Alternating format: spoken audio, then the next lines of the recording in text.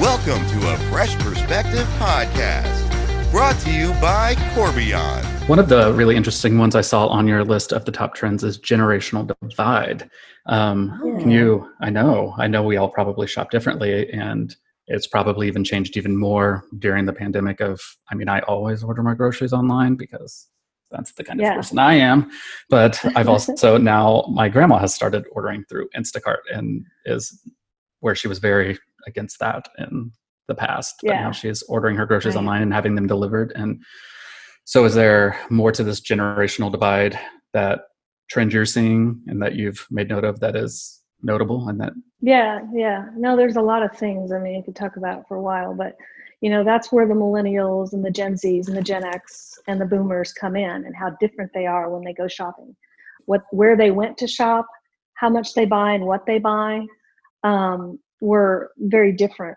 But the four generations are now the biggest shoppers, and that one coming up, like the Gen Z, which is just behind the millennials, is going to kind of drive the purchase intent for families, and how that might change. I think that with this whole pandemic,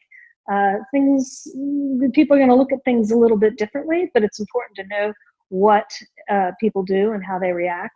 Technology. My dad, for example, didn't even have a cell phone. He used his wife's cell phone, my stepmother's cell phone. So whenever we called, they would put it on speaker and we'd all have this conversation. Gather around. And he now is ordering groceries online. He's using his Hy-Vee app, and he's going online and they're picking their things out because they have to. And then they're going to Hy-Vee for curbside checkout. And they never would have done that before. No, before this happened. It's like thrusting them it's interesting. a new way of doing things. Whereas my grandparents don't want to do anything different. Like, they have been doing the same thing forever. Exactly. That was my grandma. She was like, no, don't like this technology business. Right. No. And they always suspect someone is like trying to take advantage, and they're, Instacart. No, it's taking advantage. I don't want anybody to know where I live. Right. That was my grandma's thing. What I buy. So I think that's a really interesting observation. So does technology advancements play into the generational divide trend? Is there a separate trend that kind of goes along with all of this technological advancement that we're seeing? Just on the consumer side, there's tons of apps and different build your own sandwiches and pick it up at the store type scenarios. There's also manufacturing technology enhancements that make things easier for bread manufacturers or food manufacturers. So is that a trend that you're seeing things happen in, or not affecting things too much? Absolutely. And, when it comes to the generations, I think it will be different later, but what people are willing to order online, what people find to be the most convenient, how can they save time? How can they save time and buy certain products and it still feels safe to them? And it's still comforting, it's still exciting, it's still new. And going online and doing your research ahead of time will help you make those decisions. And so I think more people will be researching and reading and learning more online before they go shopping. And so, and that was kind of already showing up quite a bit, but more so, and there's actually numbers that define this, but there's certain age groups that actually did more of that than before, than ever before. So yeah, absolutely. One thing that triggered in my head of crazy thoughts that just bounce around all the time was you're talking about convenience and making things easier and quicker. And, we did that breakfast study, and what we found was that millennials have a very defined timeline. Like, they want things for breakfast that take 3 minutes or less. I think it was. Oh, really? 3 minutes. Like, we want it to be done in 3 minutes and not messy. So like microwavable food. Is that, I can't think of anything. What other breakfast foods can you make in 3 minutes?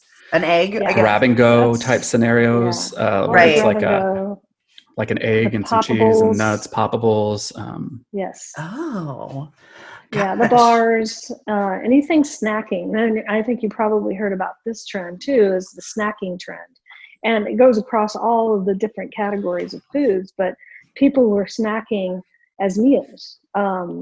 which is why what do they call it in Spanish? These little restaurants were coming up and popping up everywhere, where appetizers were taking over the menu. Oh, Like tapas. the small plate tapas. Tapas. Yeah. Yeah. I I mean, tapas. I just have to say, JoAnn, I'm super Yeah. happy that snacking is now a trend, because I've been doing it forever, and that makes me a trendsetter. Now you're super trendy. Yeah, Yes, I'm a we trendsetter. probably started the trend. Yeah. I love tapas food, but I don't like to share the ones that I picked. Is that Also hate I find to one that's really share. good, and I'm like, I don't want to give away all the good pieces. No. These are the ones I liked. That's right. Right. Get your own tapas. Exactly. That's what I have to say. Yeah, for sure. So I have one more question then about this, the trends, and JoAnn has actually provided us a list of the trends. So CJ and I are looking at I can see the them. list right now. Right. And one of the things that interests me is the sustainability part of it, because my small brain can't wrap around like what that sustainability looks like. Like, I understand how a field can be sustainable. I understand how you could sustainably farm, cows so that, it doesn't destroy the environment. But from your perspective in these trends, what are people looking for, and are they understanding what that sustainability truly is and what it looks like? Yeah, I think people, if they know what it means, I think they think about it being environmentally safe. That's kind of okay. So what does it like? Tell me what it means. But there's actually 3 pillars to sustainability. There's the social, there's the economical, and then there's the environmental. And so when I split out the macro trends, I kind of take those by example for each one of those. So social is more around finding on a package that might say eco-friendly, compostable packaging, things of that nature, and people thinking about the impact of those sustainability claims. And so most of the time, that's where the consumer's mind is that, is this recyclable? And so packaging, not necessarily the food. Right. And so, and so people are look at it. Can I repurpose this? And, farm to table. Is it compostable? Is it? That. Right. Yes.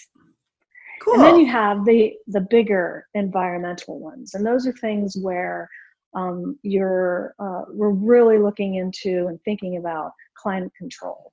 And there's a number of security measures and what do you call it, regulations and things like that manage the climate control. So it's all about, the world itself and how can we preserve it.